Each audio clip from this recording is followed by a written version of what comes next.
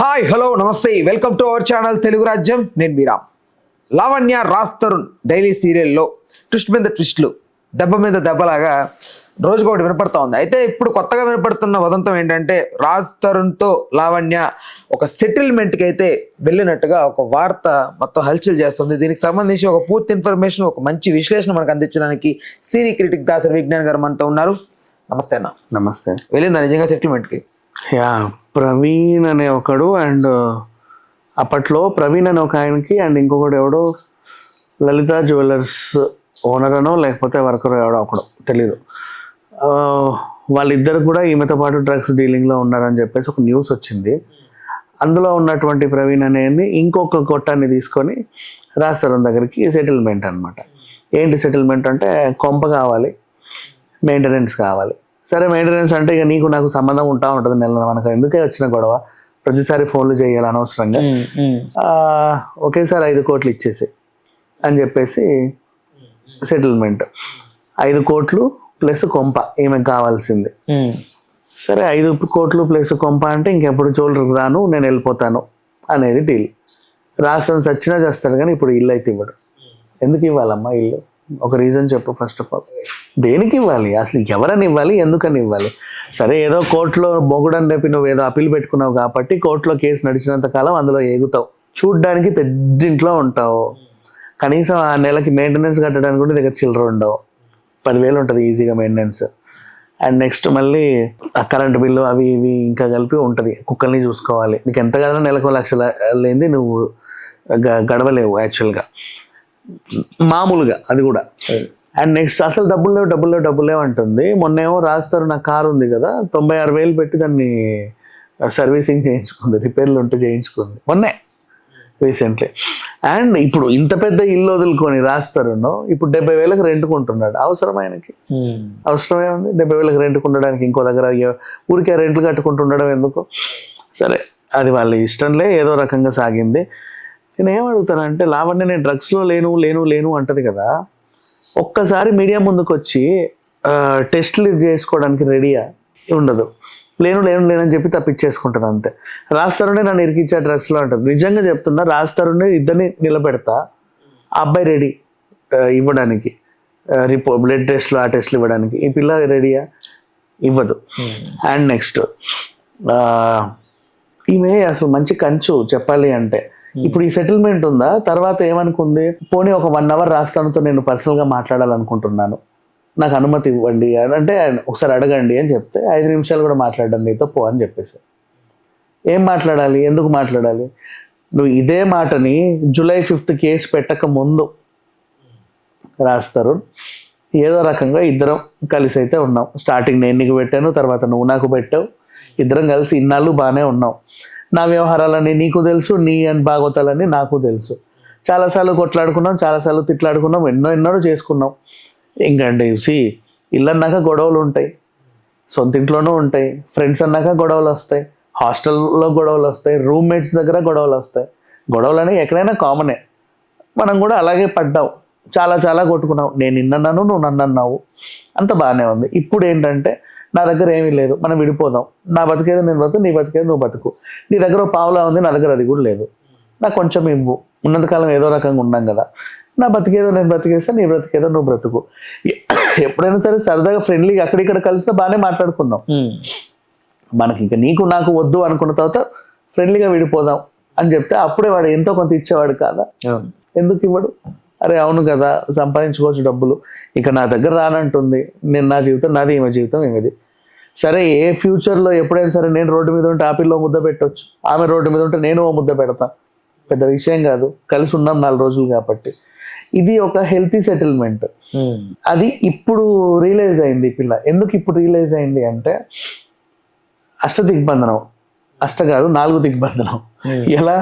ఓవైపు ఏమో karate Kalyani women's ఏంటిది మహిళా కమిషన్లో కేసు పెట్టింది, ప్రీతిని తీసుకెళ్ళి వాళ్ళు కేసు తీసుకున్నారు. నెక్స్ట్ మంత్ 9th డేట్ ఉంది హియరింగ్. మధ్యలో కూడా వాళ్ళ దగ్గర బోల్డ్ అని ఎవిడెన్స్ లేవు, మనం ఇచ్చినవి కూడా ఉన్నాయి. అండ్ నెక్స్ట్ ఇటువైపు ఏమో విజ్ఞాన్ దాస్ని బెదిరించింది పోలీసులతో, మన లొంగల అండ్ పైగా ఆల్రెడీ మన ఎవిడెన్స్లన్నీ అన్ని ఛానల్స్లో రికార్డెడ్గా పెట్టేసే ఉంచాం. అవి ఎందుకు రిలీజ్ చేయట్లేదు అంటే ఎప్పుడైనా రాస్తారని బయటకు వస్తే సపోర్టివ్గా ఉంటాయి కదా, అప్పుడు రిలీజ్ చేద్దామని పెట్టుకున్నాం అంతే, జస్ట్ అలా. నెక్స్ట్ ఇప్పుడు ఓవైపు కరెక్ట్గా ఇంకోవైపు విజ్ఞాన్ దాసరి, ఇంకోవైపు ఏమో రాస్తారు. ఇప్పుడు సంఖ్యలు తెంచుకొని రెడీగా ఉన్నాడు. ఇంతకుముందంటే సినిమా బాధ్యతలు ఉన్నాయి, ఇప్పుడు లేవు. ఆల్మోస్ట్ శేఖర్ భాష కూడా బయటకు వచ్చాడు. నెక్స్ట్ ఇంకోవైపు ఏమో శేఖర్ భాష బయటకు వచ్చాడు. బయటికి రావాలి వాడిని ఎలిమినేట్ చేయాలని నువ్వే కోరుకున్నావు, తదాస్తు దేవతలు తదాస్తు అన్నారు, నువ్వే కోరుకున్నావు, వచ్చాడు ఏదో కారణం చేత. మొత్తానికైతే బయట అయితే ఉన్నాడు. ఇప్పుడు ఏం చేస్తావు? నాలుగు దిక్కుల నుంచి చెప్పు. ఖచ్చితంగా జైలుకి వెళ్తాం, డౌటే లేదు అది.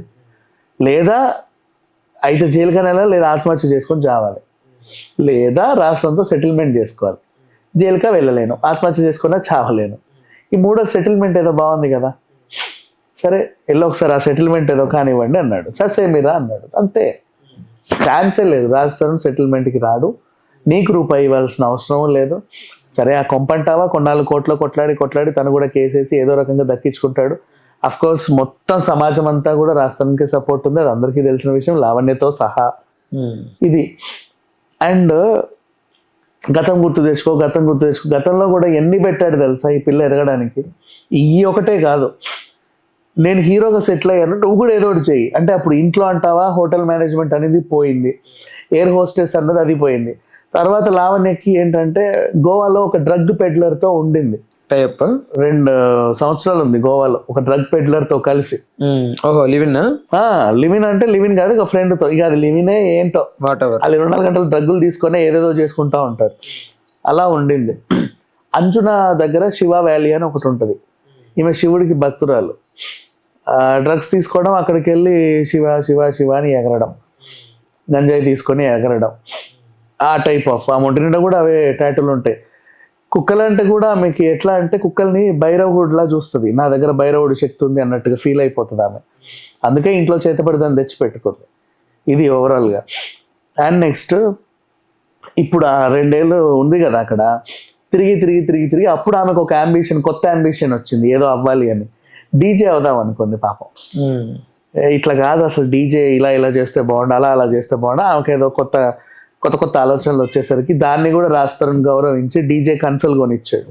సరే ఇంకెళ్ళాలి, అరంగేట్రం చెయ్యాలి అనే టైంకి లాక్డౌన్ పడింది.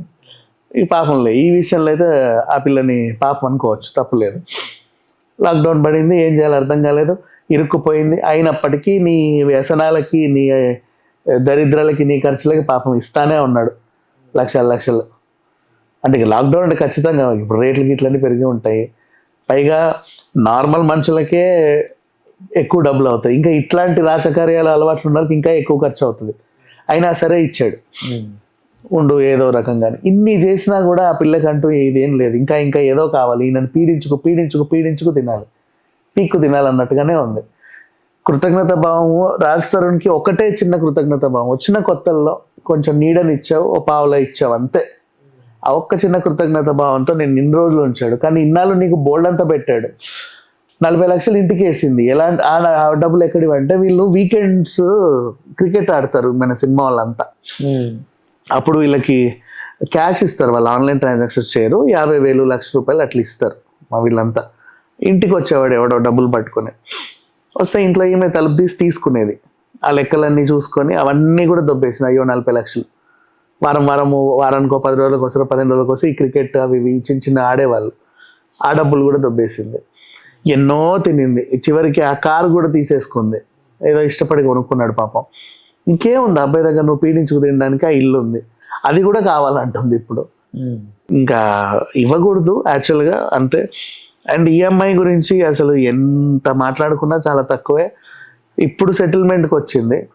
ఈ సెటిల్మెంట్ అనేది మాత్రం రాస్తారని అవ్వడు. అయితే ఎందుకు కలవట్లేదు ఈ పిల్లతో, ఎందుకు దూరంగా ఉన్నాడు అంటే ఒకటే రీజన్, ఎప్పుడైతే డ్రగ్స్లో అరెస్ట్ అయిందో అందరూ ఈవెన్ పలానా లావణ్య అనలా, రాస్తారున్ ప్రేయసి లావణ్య అన్నారు. అందుకు ఆ పిల్లోడు అప్పటి నుంచి దూరం పెట్టుకుంటూ వచ్చాడు. తర్వాత ఒకసారి 20,000 అడిగావు, ఇవ్వను అన్నాడు. కుక్కల మెయింటెనెన్స్కి సరే నీకు 20,000 ఇస్తే నువ్వు మళ్ళీ ఏవో అడ్డమైన రాజకార్యాలన్నీ చేస్తావు, అందుకే ఇవ్వను అన్నాడు. తమ్ముడిని పంపింది, 20,000 భావిస్తాడు తీసుకురాపో అని. అండ్ ఇప్పుడు వాడు సొంత తమ్ముడు కాదు, ఇప్పుడు మొన్న ముంబైలో సొంత తండ్రి కూడా కాదు, ఈ పిల్ల ఒక అనాథ. అలా ఎవడో కానీ చెత్తకుండలో పడేసి వెళ్తే ఈ పిల్లని పెంచుకున్నారు వీళ్ళు. చక్కగా పెంచుకొని ఈ రోజు వరకు సాకారు. ఆయన కూడా సిలిండర్ల బిజినెస్ ఏం చేస్తాడు, ఎన్ని సిలిండర్లు అమ్ముకొని మాత్రం ఎంతమందిని పోషిస్తాడు? 15 కుక్కల్ని పోషించాలి, అన్నిటికంటే పెద్ద కుక్క వినవు నిన్ను పోషించాలి. చూడు ఆయన కష్టం అయింది. తర్వాత ఆ పిల్లోడిని కూడా తెచ్చుకొని పెంచుకున్నారు. ఇట్లా ఉంది వీళ్ళ పరిస్థితి. బట్ ఈమె ఇట్లాంటి వాళ్ళు వాళ్ళ తండ్రికి కృతజ్ఞత చెప్పుకోవాలి, కానీ వాళ్ళ దగ్గర డబ్బులు దొబ్బేసింది. సరే వాళ్ళు కూడా ఇంకా పెంచిన పాపానికి అడ్జస్ట్ అయ్యారు. అయ్యో పాపం అనుకునేసరికి మళ్ళీ ఈయన ఈమెతో కలిసి ముంబై వెళ్ళి చీచి అనిపించుకున్నాడు.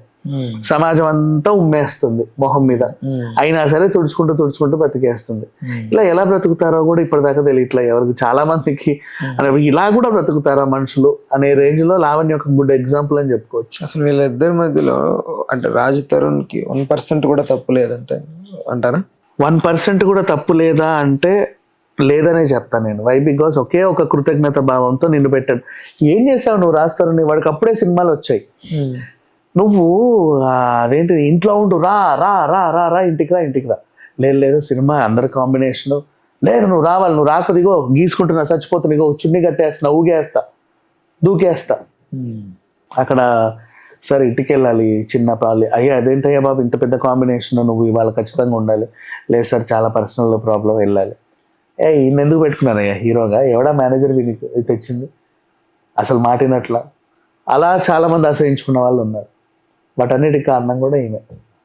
సినిమాలో ఎదగనివ్వకుండా ఇప్పుడు కూడా అదే పగతో ఇప్పుడు 3 సినిమాలు ఉంటే కావాలని టార్గెట్ చేసింది. 3 నెలలు ఎలాగో నోరు ఇప్పడు అని. 3 నెలలు అయిపోయిందిగా, ఇప్పుడు నోరు ఇప్పుతాడు. రాజా రవీంద్ర ఏమయ్యారు? అసలు కనపడలేదు. రాజా రవీంద్ర గారు యాక్చువల్గా ఆయన అది ఇప్పుడు ఆ హౌస్ ఇప్పించింది ఆయనే రాజ్ తరుణ్కి. నన్ను నమ్ముకొని ఒక హీరో ఉన్నాడు, మేనేజర్గా నేను ఉన్నాను, అతనికి న్యాయం చేయడానికే ఈయన మ్యాక్సిమం ట్రై చేస్తూ ఉంటాడు. ఇంకా చెప్పాలంటే మొన్న ఫిలిం ఛాంబర్ దగ్గరికి వెళ్ళి హల్చల్ చేద్దాం అనుకుంది, రాలా. వచ్చుంటే కనుక రాజా రవీంద్ర దిగి అప్పటికప్పుడే పట్టుకెళ్ళిపోయేవాళ్ళు లోపలికి, న్యూసెన్స్ కేసు కింద. రాలా యాక్చువల్ చెప్పాలంటే. ఆయనకు కూడా చాలా ఉంది, కానీ ఇక వాళ్ళ పర్సనల్ విషయాలు మన అంటే ఎంత కాదన్నా లివింగ్లో ఉన్నోళ్ళు. ఫర్ ఎగ్జాంపుల్ మొగుడు పిల్లల మధ్యలోకి మూడోవాడు వెళ్ళడానికి జంకుతారు చూసావా, ఆ టైప్లో ఆయనకు అనవసరం. నాకు రాజ్ తరుణ్ కెరీర్ మాత్రమే ఇంపార్టెంట్. ఇంకో సినిమా ఇప్పిస్తా, ఆయన బాగుపడతాడు. ఇంకో సినిమా ఇప్పిమంటారా ఇప్పిస్తా, అంతే. నా డ్యూటీ అంతవరకు. ఆయన పర్సనల్ అలాగే ఉన్నాడు ఆయన. ఓకే అన్న, thanks for the time, thanks for information. Please do subscribe to Telugu Rajyam channel. Please do subscribe to Telugu Rajyam channel. Please do subscribe to Telugu Rajyam channel. Hi అండి, నేను మీ ఆర్పీని, నెల్లూరు పెద్దారెడ్డి చేపల పులుసు ఓనర్ని. మీరు తెలుగు రాజ్యం అనే ఈ యూట్యూబ్ ఛానల్ సబ్స్క్రైబ్ చేసుకుని మంచి వీడియోలతో వస్తారు. Thank you so much. Hi people, I'm Sonakshi Verma and you please watch Telugu Rajyam and please subscribe to the channel.